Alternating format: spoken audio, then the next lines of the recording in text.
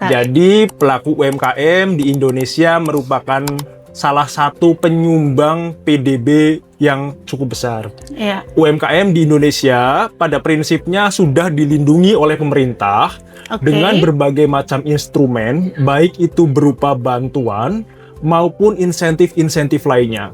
Kita mengetahui bahwa UMKM ada yang melakukan transaksi perdagangan secara offline, dan fisik, juga, kita bisa kayak berdagang biasa, membuka warung kelontong atau membuka toko. Dan ada juga yang UMKM yang melakukan perdagangan secara online. Baik itu melalui marketplace atau melalui marketplace yang lain. Misalnya dalam hal ini media sosial, ada yang mungkin lewat Instagram, biasanya juga lapak-lapak di Facebook seperti itu. Pemerintah menetapkan PMK ini tujuannya untuk menciptakan keadilan.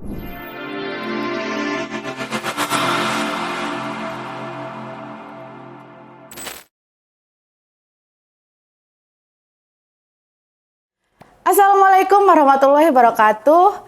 Salam Om Swastiastu, salam sejahtera bagi kita semua.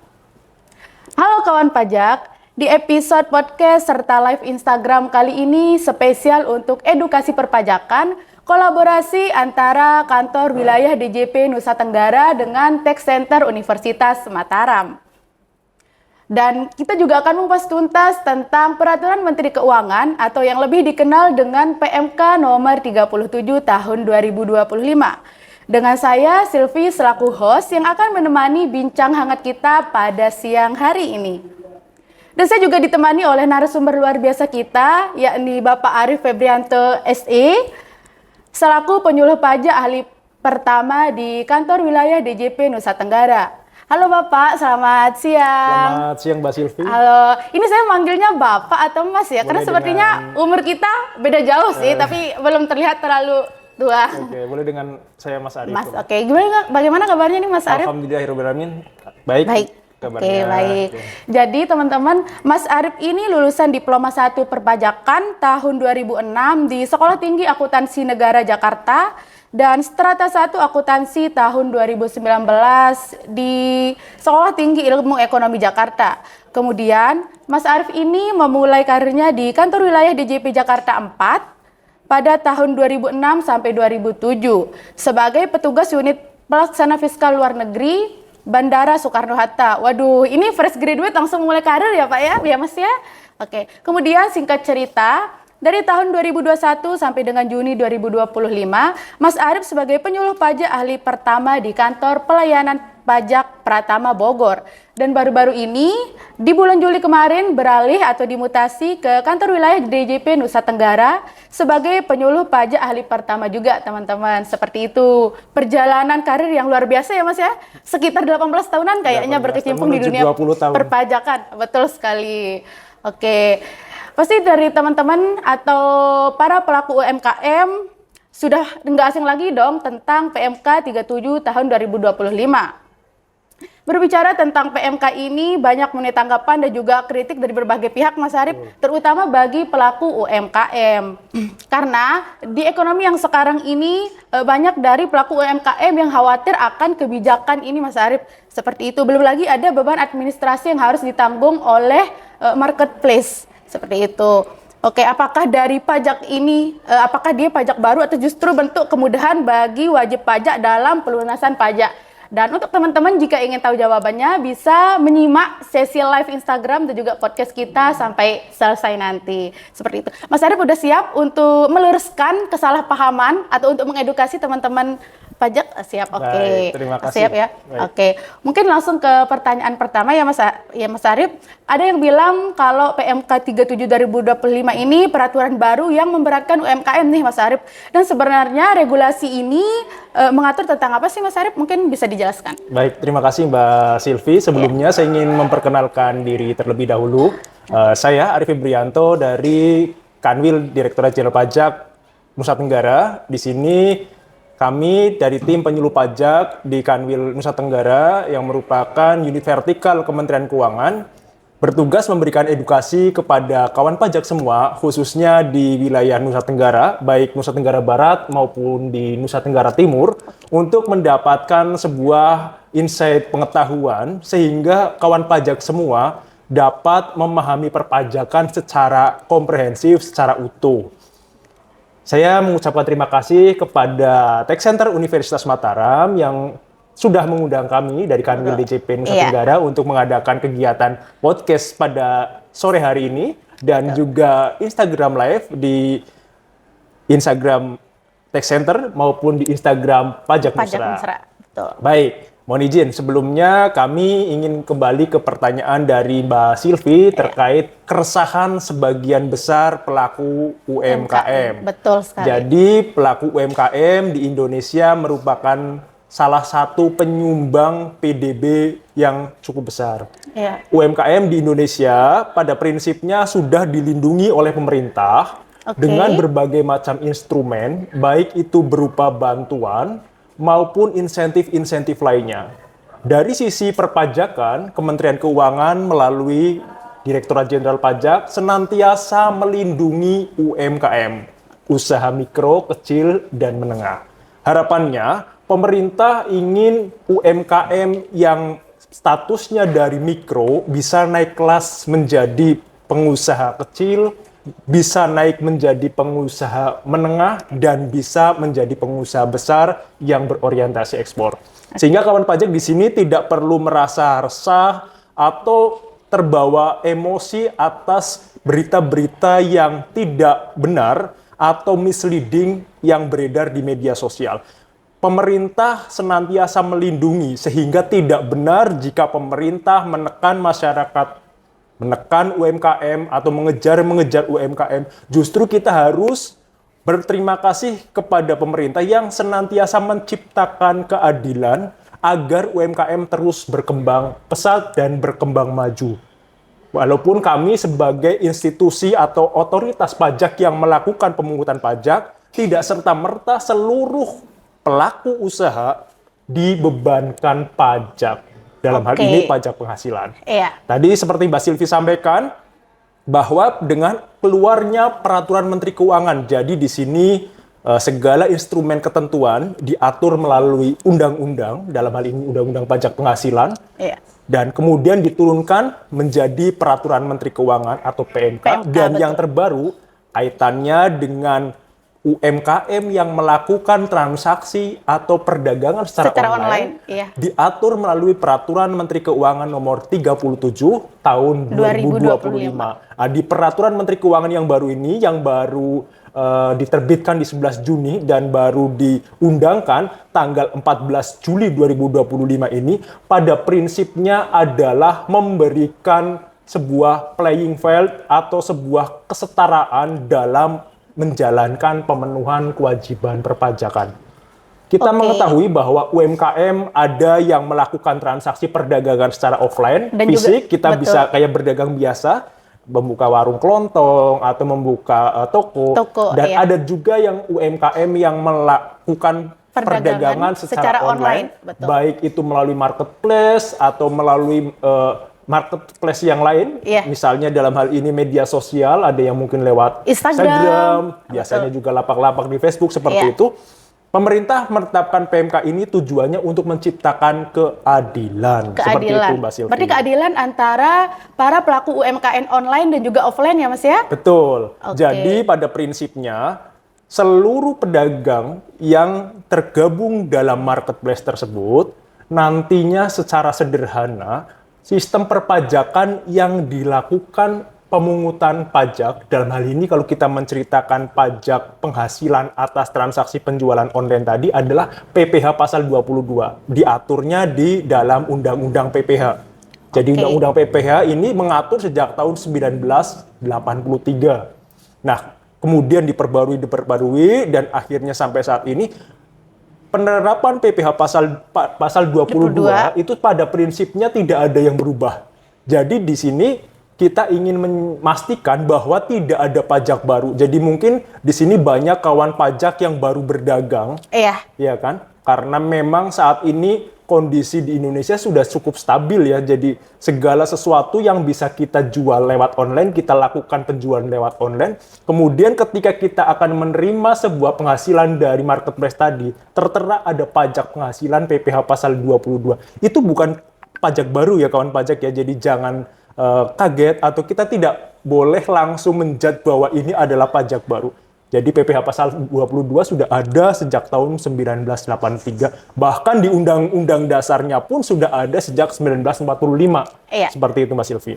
Oke, tadi yang sudah disampaikan oleh Mas Arief itu bisa dibilang alasan pemerintah kenapa menetapkan peraturan ini ya Mas ya. Lalu untuk regulasinya ini, regulasi perpajakan ini mengatur tentang apa sih Mas Arief? Mungkin bisa dijelaskan.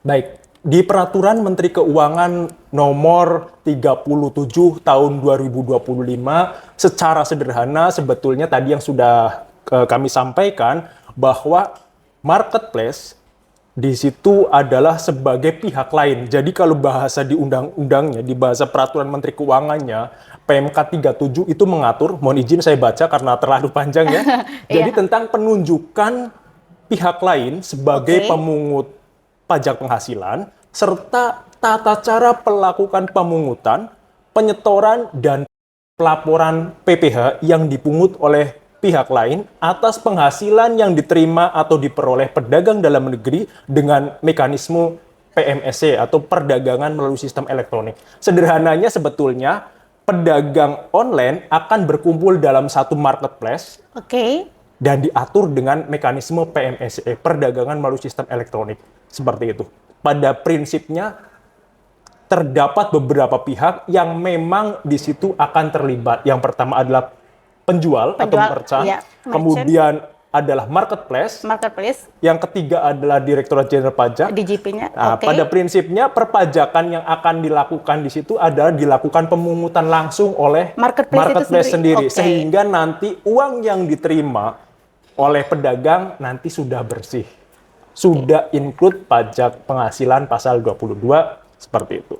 Oke, berarti sebelumnya itu kalau diibaratkan marketplace ini sebagai bendahara ya Mas Arief ya, yang dimana para UMKM yang berjualan secara online yang ada di marketplace itu menyetorkan hasil penjualannya itu kepada marketplace itu sendiri. Yang sebelumnya mungkin kita yang langsung menyetorkan langsung pajaknya ke kantor DJP seperti itu ya Mas Arief ya. Oke, baik. Mungkin perlu saya luruskan, jadi kawan pajak, jadi kita akan kembali ke era sebelumnya. Kenapa pemerintah mendorong supaya marketplace menjadi pihak lain sebagai pemungut, ya kan? Dalam hal ini secara sederhana, memang pemerintah ingin menertibkan pedagang-pedagang online yang saat ini jumlahnya sudah sangat banyak, sehingga dalam tataran database perpajakan itu akan lebih mudah dilakukan pengawasan apabila terkumpul di dalam satu marketplace, sehingga diberikan kewenangan, diberikan tanggung jawab juga marketplace untuk melakukan pemungutan pajak tersebut. Prinsipnya sebetulnya di Indonesia, sistem perpajakan di Indonesia menganut sistem self-assessment. Seluruh kewajiban yang kita miliki sebagai warga negara Indonesia, kita declare sendiri. Kita memiliki penghasilan berapa, kita memiliki hutang berapa, kita memiliki harta berapa, dan seterusnya, ataupun berapa pajak yang akan kita bayarkan, itu kita declare sendiri. Betul atau salah nanti akan dilakukan pengecekan oleh kantor pajak. Nah, nanti akan diuji di sana. Sebetulnya seperti itu. Namun karena memang kondisinya saat ini tadi untuk menciptakan keadilan, sistem self-assessment tadi memang sebagian memang diambil alih oleh marketplace untuk bisa dilakukan pemungutan secara langsung. Nanti wajib pajak sebagai pedagang atau penjual tinggal memindahkan bukti pemotongan pajak penghasilan tadi di SPT. Jadi sudah bersih, tinggal mengecek lagi nanti di SPT tahunannya apakah pajak-pajak yang sudah dipungut oleh marketplace tadi sudah cocok atau tidak ada kekurangan bayar atau tidak ada kelebihan bayar pada SPT tahunannya, seperti itu. Tinggal mencocokkan saja. Jadinya lebih dipermudah lebih ya Mas Arief ya? Ya benar, dan lebih praktis. Apakah semua marketplace yang ada di Indonesia yang jadi pemungut pajak atau ada kriteria tertentu nih Mas Arief? Baik, jadi prinsipnya seperti ini ya kawan pajak ya. Jadi prinsip untuk marketplace yang menjadi pihak lain itu ditetapkan oleh peraturan Dirjen Pajak. Jadi di sini pedagang marketplace itu sebetulnya ada kriteria tertentunya ya. Jadi di sini yang pertama, di dalam Perdirjen nomor 15 2025 tentang batasan kriteria tertentu pihak lain, disebutkan bahwa pemungut PPh pasal 22 itu memiliki rekening escrow atau escrow account atau rekening tampungan untuk menampung penghasilan. Kemudian nilai transaksi yang memanfaatkan jasa di marketplace tadi di Indonesia itu lebih dari 600 juta dalam 12 bulan atau 50 juta dalam 1 tahun. Atau kita lihat lagi, apabila traffic atau pengaksesnya lebih dari 12.000 dalam 12 bulan atau 1.000 dalam 1 bulan, itu bisa ditunjuk sebagai pihak lain. Saking banyaknya marketplace saat ini, kan, ya, kita mungkin tahu ya marketplace yang toko-toko besar online yang di Indonesia sekarang banyak. Padahal yang lainnya juga kecil-kecil banyak. Tapi jika memenuhi kriteria tadi, ternyata trafficnya tinggi, kemudian ada rekening escrow juga dan seterusnya, bisa ditetapkan oleh Ditjen Pajak sebagai pihak lain sebagai pemungut. Sebagai pemungut. Saking maraknya ya Mbak Silvi ya, ini adalah mungkin karena salah satu sisi positif dari kemarin pasca pandemi COVID-19. Kita sama-sama paham, kita sama-sama mengikuti bahwa COVID-19 di sisi lain memang menimbulkan duka yang mendalam, tapi di sisi lain di sini juga ternyata pasca pandemi COVID memberikan efek positif, yaitu terciptanya model bisnis digital yang masif. Model digital masif ini tidak hanya e-commerce saja, ternyata dari makanan online, kemudian ada travel online dan juga media online dan finansial digital. Jadi di sini berkembangnya sangat masif terkait kegiatan online tersebut. Dan ini salah satu yang diatur dalam Peraturan Menteri Keuangan Nomor 37 2025 ini, seperti itu. Oke, berarti selama marketplace itu punya traffic yang memenuhi sesuai kriteria yang telah ditetapkan oleh kantor pajak ya Mas Arif ya. Berarti kalau seandainya nih ada warga negara Indonesia yang berjualan di aplikasi Amazon dan juga atau enggak Alibaba, apakah itu selama aplikasi Amazon atau enggak Alibaba ini memenuhi kriteria mempunyai traffic yang tinggi dan ditunjuk oleh kantor pajak sebagai pemungut pajak, apakah itu tetap bisa? Oke, baik. Jadi prinsipnya untuk PMS ini, perdagangan melalui sistem elektronik, bisa ada di dalam Indonesia maupun ada di luar Indonesia. Nanti kita bisa cek di lampirannya, mungkin di situ akan ada daftar nama-nama marketplace di Perdirjen 15 2025. Apabila terjadi kegiatan di luar Indonesia dan ternyata di dalam Perdirjen tadi belum ditetapkan sebagai pihak lain yang dilakukan pemungutan, artinya PPh pasal 22-nya belum dilakukan pemungutan, Mbak Silvi. Karena prinsipnya pajak penghasilan pasal 22 itu bisa dikaitkan kepada dua hal. Yang pertama terkait kewajiban, apabila kita menerima penghasilan atau mendapatkan tambahan penghasilan, akan ada pajak penghasilannya jika memenuhi kriteria tertentu. Jadi ketika kita dilakukan pemungutan PPh pasal 22, itu dalam tanda petik bisa menjadi kredit pajak. Jadi setoran di awal nanti bisa diperhitungkan pada saat kita akan lapor SPT tahunan. Kita jadi bisa sudah ada tabungan ya, Mas, bahasa sederhananya kita ada tabungan untuk ini, bahasa pajaknya mungkin kredit pajak. Iya, kredit pajak. Itu. Tapi jika tidak ada pungutan PPh pasal 22, artinya nanti kita akan setor sendiri di SPT tahunan pada saat kita lapor sebelum tanggal 31 Maret apabila di sini untuk wajib pajak orang pribadi atau badan maksimal 4 bulan setelah tahun pajak berakhir. Kalau yang menggunakan masa pajaknya Januari Desember berarti lapornya maksimal 30 April seperti itu, Mbak Silvi.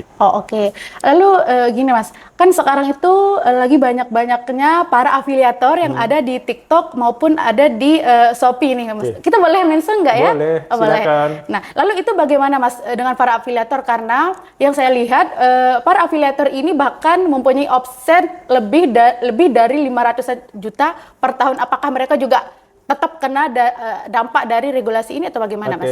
Baik Mbak Silvi. Kan pajak. Jadi sepemahaman saya dan pada pengalaman saya pada kantor pelayanan pajak, kalau datang ke KPP di tempat pelayanan terpadu maupun di helpdesk, ada bapak-bapak atau kadang emak-emak ya kan, mau melakukan aktivasi NPWP. Saya tanya keperluannya untuk apa, ternyata untuk afiliator. Sekarang kan marak ya afiliator ya, baik afiliator di Shopee, di TikTok, dan itu akan mendapatkan penghasilan.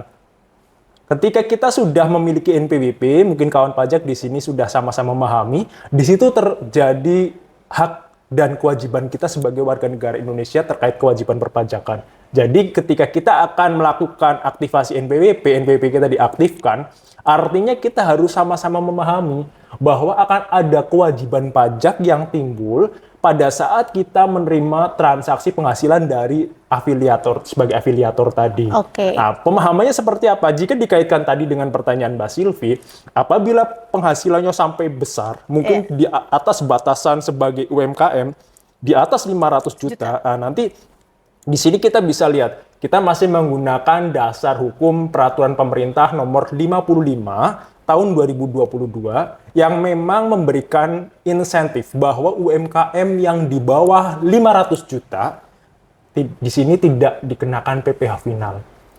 PPh final untuk UMKM berapa? 0,5% atau 0,005. Sederhananya kalau mungkin Mbak Silvi punya 200 butir telur, negara itu cuma minta 1 butir telur saja. Itu pun kalau sudah penghasilannya di atas 500 juta.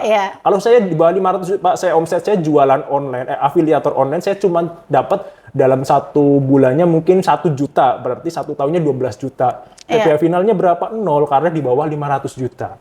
Jadi itu pun 200, omsetnya 200 dengan 1 butir telur itu jika omsetnya di atas 500 juta. Artinya pemerintah di sini sangat melindungi UMKM ya kawan pajak ya. Betul. Jadi jangan sampai kita terprovokasi atau kita terbawa suasana emosi oleh oknum-oknum yang ingin memperkeruh suasana di Indonesia bahwa pemerintah sangat memberikan keadilan dan sangat mendukung UMKM. Direktorat Jenderal Pajak sendiri beserta dengan kawan-kawan di Kementerian Keuangan memiliki visi yang sama untuk menumbuhkan sektor UMKM, mendukung UMKM supaya menjadi berkembang. Di DJP ada yang namanya BDS atau Business Development Service. Kita di sana memberikan kegiatan-kegiatan positif untuk UMKM, misalnya untuk bagaimana cara packaging, kemudian bagaimana pemasaran, branding dan seterusnya. Di Bea Cukai pun sama, di sini ada klinik ekspor supaya kawan pajak di sini yang memiliki usaha mikro, kecil, ataupun sedang ingin melakukan ekspor ke luar negeri dibantu bagaimana cara ekspor yang baik. Kemudian di Direktorat Jenderal Kekayaan Negara atau KPKNL, di sana juga ada website untuk bisa menampilkan atau memamerkan produk-produknya di bagian lelang, tapi lelang sukarela. Di sini yang seperti kita tahu kalau lelang kan tahunya hanya untuk lelang saja. Ternyata di unit eselon 1 kita, di teman kita di KPKNL ada untuk website untuk mempromosikan. Itu namanya lelang sukarela. Di KPPN pun sama, Kantor Pelayanan Perbendaharaan Negara. Di KPPN di sana akan ada informasi terkait UMI. Jadi di sini ada pembiayaan yang dilakukan untuk usaha mikro. Di sana akan dijelaskan. Jadi seluruh unit eselon 1 di Kementerian Keuangan memiliki kewajiban untuk mendukung UMKM. Demikian Mbak Silvi. Oke. Lalu Mas, bagaimana kalau seandainya nih, karena seperti yang kita ketahui banyak sekali pelaku UMKM yang tidak hanya berjualan di satu marketplace aja. Contohnya mungkin saya nih berjualan di Shopee dan omset saya misalnya 300 juta. Kemudian di Lazada nih omsetnya 200 juta. Itu bagaimana Mas sistem pemungutan pajaknya? Baik. Pertanyaan yang bagus Mbak Silvi dan kawan pajak. Jadi prinsipnya ketika kita mendapatkan penghasilan dari berbagai sumber, ini dari Indonesia saja ya, mungkin dari satu toko ke toko yang lain. Di perpajakan Indonesia menganut prinsip kita gabungkan dalam satu SPT. Jadi perpajakan di Indonesia akan melihat di dalam SPT yang kita sampaikan setahun sekali. Berarti saat ini ketika Mbak Silvi memiliki 2 penghasilan dari 2 tempat, dari Tokopedia dan juga sudah ada penghasilan dan ada pajaknya. Di Shopee juga ada penghasilan dan ada pajaknya. Nanti kita lihat apakah sudah ada bukti potong pajaknya. Apakah sudah lebih dari 500 juta atau belum. Jika Mbak Silvi di sini masih di bawah 500 juta dan mungkin sudah mengikuti mekanisme bahwa saya adalah UMKM, sudah disampaikan ke marketplace-nya. Artinya Mbak Silvi pasti tidak akan dikenakan PPh final karena masih di bawah 500 juta. Tapi di bagian penjualan tetap ditulis bahwa saya ada peredaran bruto, bahasa perpajakannya, omset itu peredaran bruto, itu masih di bawah 500 juta, tapi nanti PPh-nya 0. Berarti nggak perlu khawatir nih teman-teman. Tidak perlu khawatir. Betul. Jadi kawan pajak di Nusa Tenggara ini seharusnya akan lebih maju ya dibanding teman-teman kita yang mungkin ada di pulau-pulau lain, karena kawan-kawan di Nusa Tenggara di sini sangat kreatif, kreasinya banyak, baik menggunakan kriya maupun yang lain kerajinan atau bahkan di sini saya melihat banyak UMKM yang orientasinya sudah ekspor ternyata kan. Nah, Iya, itu betul. jangan jadi hambatan bahwa pajak tidak akan menghalangi usaha kawan pajak semua. Justru pajak akan mendampingi usaha kawan pajak semua. Semakin tinggi usaha kawan pajak, omsetnya semakin besar, negara tidak akan meminta lebih dari Rp1 atau kurang dari Rp1. Prinsipnya seperti itu. Oke. Lalu ada nggak sih Mas transaksi yang tertentu yang dikecualikan dari peraturan ini? Misalnya mungkin kayak jasa ekspedisi yang bermitra dengan marketplace gitu, atau ada produk-produk tertentu yang dikecualikan? Oke, baik. Kalau terkait untuk kegiatan yang PMSE di sini ada pengecualian memang ya, ada beberapa yang terkait misalnya kayak jual pulsa juga itu memang sudah tidak ada pajaknya tadi, termasuk ekspedisi juga sama. Jadi pada prinsipnya pemerintah menetapkan pengecualian terhadap barang-barang tertentu atau jasa-jasa tertentu itu untuk melindungi seluruh konsumen di Indonesia seperti itu, termasuk penyedia juga seperti itu. Oke. Lalu sekarang Pak, dari sisi implementasinya nih, menurut Bapak apa tantangan yang paling kerasa dalam mengimplementasikan peraturan ini gitu? Mungkin dari sisi teknisnya atau mungkin edukasi ke para penjualnya atau pelaku UMKM-nya. Baik, Mbak Silvi. Baik kawan pajak, jadi ketika kita melakukan usaha, kita mungkin usahanya kecil-kecilan ya, menampilkan produk-produk kita di marketplace, di Tokopedia, di Shopee, di TikTok, dan seterusnya. Kita harapannya mendapatkan uang. Kita diminta NPWP pada saat registrasi di marketplace tadi. Kita sudah dapatkan NPWP sudah aktif. Nah, ini kadang-kadang yang sering dilupakan, dalam tanda petik dilupakan ini kan. Iya. Mungkin kawan pajak di sini sudah tahu bahwa di NPWP itu saya harus seperti apa tahu, tapi saya hanya mengingatkan kepada kawan pajak, ketika kawan pajak di sini sudah mulai usaha, mulai melakukan bisnis, artinya jangan sampai melupakan kewajiban pajaknya. Artinya kita harus mulai melakukan pencatatan, kemudian kita lakukan rekapitulasi, dan kita juga harus melakukan pengecekan apakah omset kita, penghasilan kita sudah melebihi batas pembayaran pajak atau belum. Itu yang perlu kita edukasi terus-menerus, bahwa UMKM pada prinsipnya adalah dilindungi. Namun di sini kita juga memerlukan kerjasama kawan pajak semua, para pelaku UMKM, bahwa semua kebijakan akan berjalan dengan baik jika didukung oleh seluruh rakyat Indonesia. Jadi di sini kawan pajak sebagai pelaku UMKM pun harus mulai peduli bahwa saya memiliki usaha yang harus ada pencatatannya yang bagus, yang kredibel, dapat dipertanggungjawabkan. Keuntungannya akan sangat banyak jika kita memiliki pencatatan. Atau bahkan bila modern akan ada pembukuan lebih komplit lagi. Karena saat ini kan sudah bertebaran software-software untuk pembukuan ya, yang gratis maupun yang berbayar seperti itu. Itu akan meningkatkan kepercayaan baik kepada perbankan, mungkin akan mengajukan pembiayaan, atau kepada pihak-pihak lain yang akan investasi. Itu akan sangat mendukung, di samping untuk pertanggungjawaban dalam perpajakan. Seperti itu Mbak Silvi. Oke. Lalu kira-kira dari Mas Arief sendiri nih, ada nggak ya tips untuk pelaku UMKM agar mereka tidak merasa terbebani nih Mas Arief? Seperti itu. Baik, mungkin ini sebagai closing ya? Atau masih belum? Kita ada banyak pertanyaan sih Mas Arief di kolom komentar. Benar, ini banyak banget saya lihat dari tadi. Oke. Baik kawan pajak, kami dari tim penyuluh pajak Kanwil DJP Nusantara Tenggara di unit vertikal di Kementerian Keuangan bertugas untuk mendampingi kawan pajak semua. Jadi di sini kawan pajak di Nusa Tenggara yang memiliki usaha, baik yang masih mikro, saya jualan seblak aja Pak, nggak ada masalah. Saya jualan cilok aja nggak ada masalah. Karena pada prinsipnya semua usaha yang kita lakukan dapat menghasilkan uang untuk keluarga kita, itu akan terkumpul apabila kita hitung secara nasional, itu akan bisa menggerakkan roda ekonomi. Kami berterima kasih kepada seluruh UMKM di Nusa Tenggara, di seluruh tanah air, dari Sabang sampai Merauke, yang sudah bekerja keras untuk menghidupi keluarganya, lingkungannya, dan pada akhirnya akan menghidupi seluruh negara. Jadi begini Mbak Silvi, sistem perpajakan di Indonesia memang mengandung sistem self-assessment. Artinya, kita sebagai warga negara Indonesia, mau tidak mau, kita dituntut untuk belajar. Kita menambah pengetahuan sendiri, melalui berbagai kanal-kanal yang sudah tersedia. Saat ini eranya sudah modern, kawan pajak bisa melihat informasi perpajakan di berbagai media sosial. Kawan pajak bisa mengikuti Instagram, ada @ditjenpajakri, atau di Kanwil Nusa Tenggara ada @pajaknusra, atau di Kementerian Keuangan @kemenqri, dan kanal-kanal yang lain. Termasuk juga YouTube. Di YouTube juga banyak tutorial.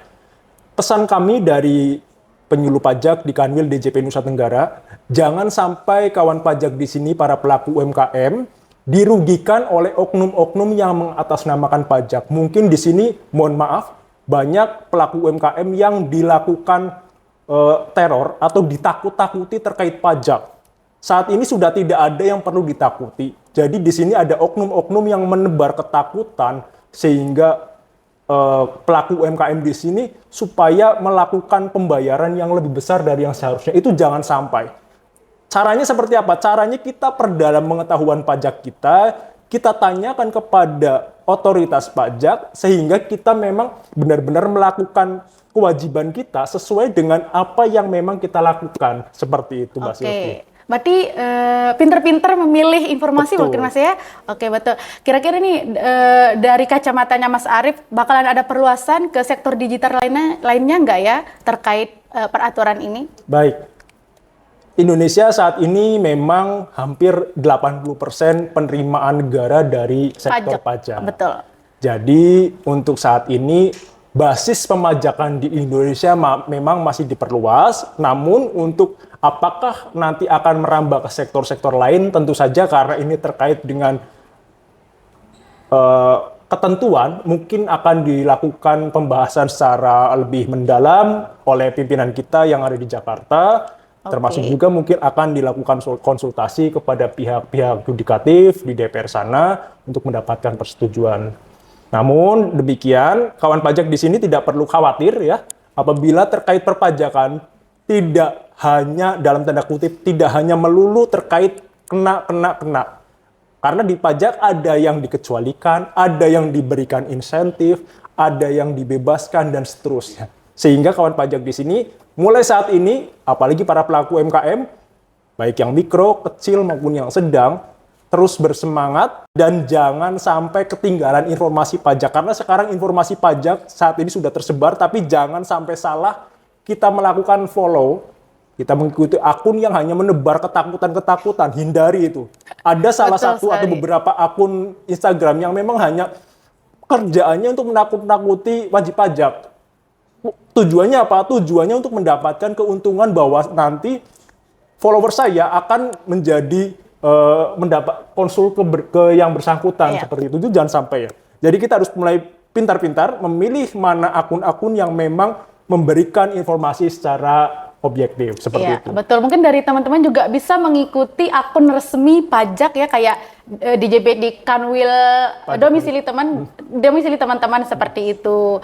Penjelasan yang luar biasa ya Mas Arief ya, sangat amat mudah dipahami dan lengkap. Oke, mungkin di sini dari live Instagram kita udah banyak sekali teman-teman yang bertanya Mas Arief. Iya, betul. Yang tadi belum dibahas mungkin. Iya. Oke, betul. Karena ini banyak sekali, mungkin nanti teman-teman jika ada pertanyaannya yang belum terjawab boleh bisa DM Pajak Nusra. Iya, Pajak Nusra atau enggak ke IG Tech Center. Oke, ini ada pertanyaan yang menarik perhatian saya Mas Arief dari Agisna Salhah. Gini nggak ya? Ya. Katanya, mengapa kepatuhan pajak UMKM masih rendah meski tarifnya sudah dipermudah? Dan apakah karena literasi pajak atau regulasinya yang masih rumit? Itu bagaimana Mas Arief? Mungkin bisa dijawab. Dari Mbak Agisna ya? Ya, Agisna. Baik, Mbak Agisna, boleh saya jawab. Terima kasih, pertanyaannya luar biasa. Terkait kepatuhan pajak di Indonesia memang di sini masih menjadi PR. Tingkat kepatuhan artinya tingkat kita menunaikan kewajiban perpajakan secara sadar, secara sukarela, bahwa kita tinggal di negara kesatuan Republik Indonesia ini, kita tidak tinggal secara gratis.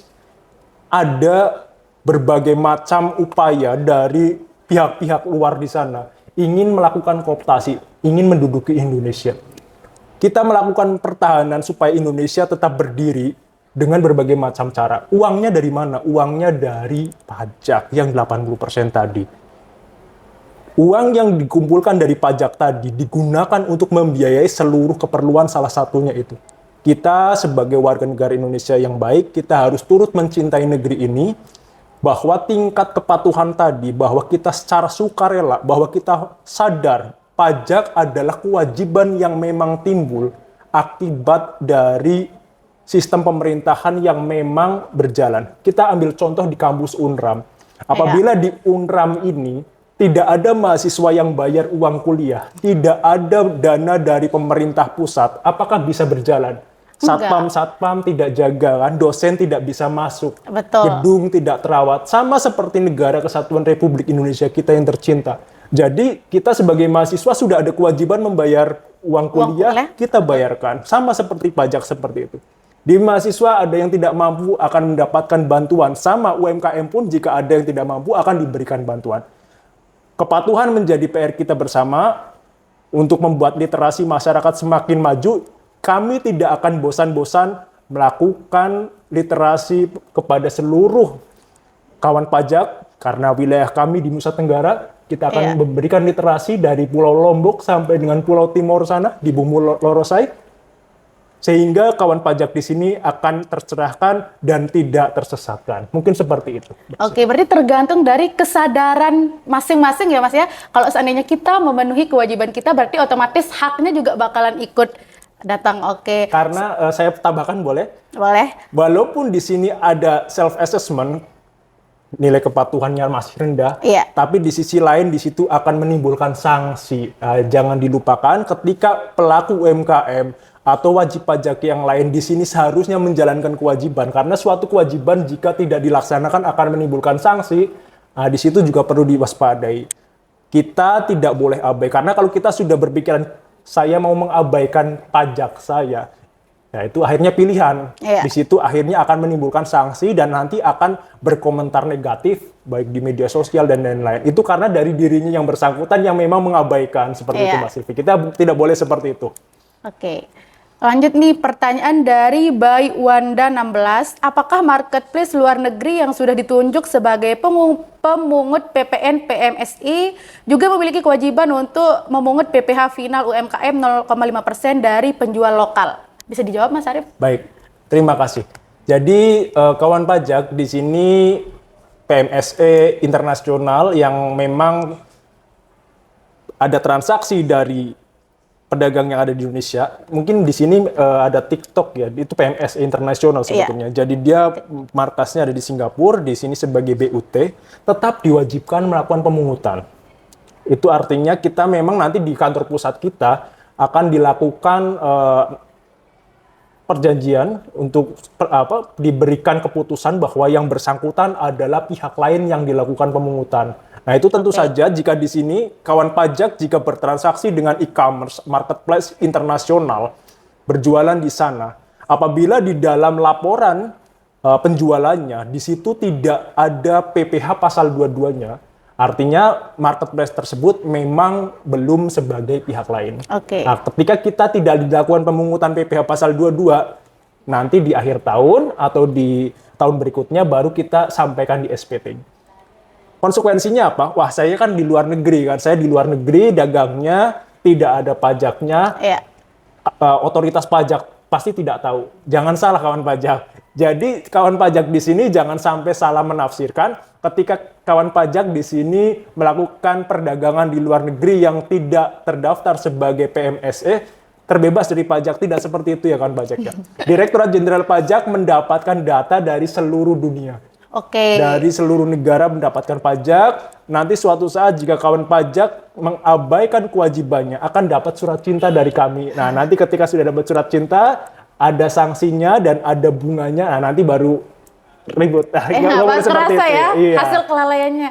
Oke, selanjutnya nih Mas, ada pertanyaan dari XNRL ya. Bagaimana cara memastikan bahwa insentif pajak untuk UMKM benar-benar menyasar pelaku usaha kecil, bukan perusahaan besar yang menyamar sebagai UMKM? Baik, ya, luar biasa pertanyaannya. Jadi di sini memang tidak kurang-kurang, ya namanya manusia ya. Kalau bisa cari untung, untuk apa kita bisa kita hitung lagi gitu kan. Di sini kadang-kadang juga ada perusahaan yang dalam tanda kutip nakal ya, dia men-split usaha-usahanya supaya di bawah 500 juta. Tapi jangan khawatir kawan pajak.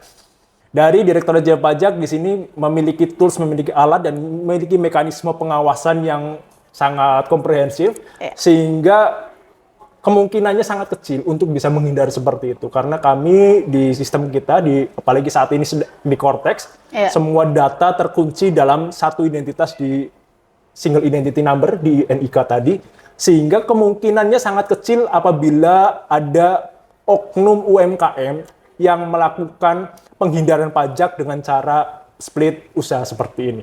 Artinya, kita tetap menegakkan ketentuan, menegakkan aturan bahwa jika yang bersangkutan adalah milik satu orang yang dipecah, tentu saja nanti akan dilakukan penghitungan ulang oleh tim pengawasan kami di KPP, yaitu oleh account representatif kami, seperti itu.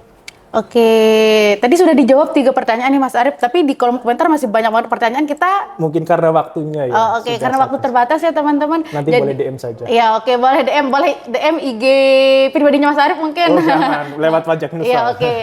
Jadi seperti itu teman-teman, sudah sangat dijelaskan oleh Mas Arief dengan sangat komprehensif dan lengkap, mulai dari konsep dasar bahwa peraturan ini bukan pajak baru, karena dengan berlakunya PMK 37/2005 ini, pemerintah memberikan kemudahan dan kesederhanaan dalam administrasi perpajakan teman-teman, khususnya bagi pedagang UMKM yang berjualan secara online.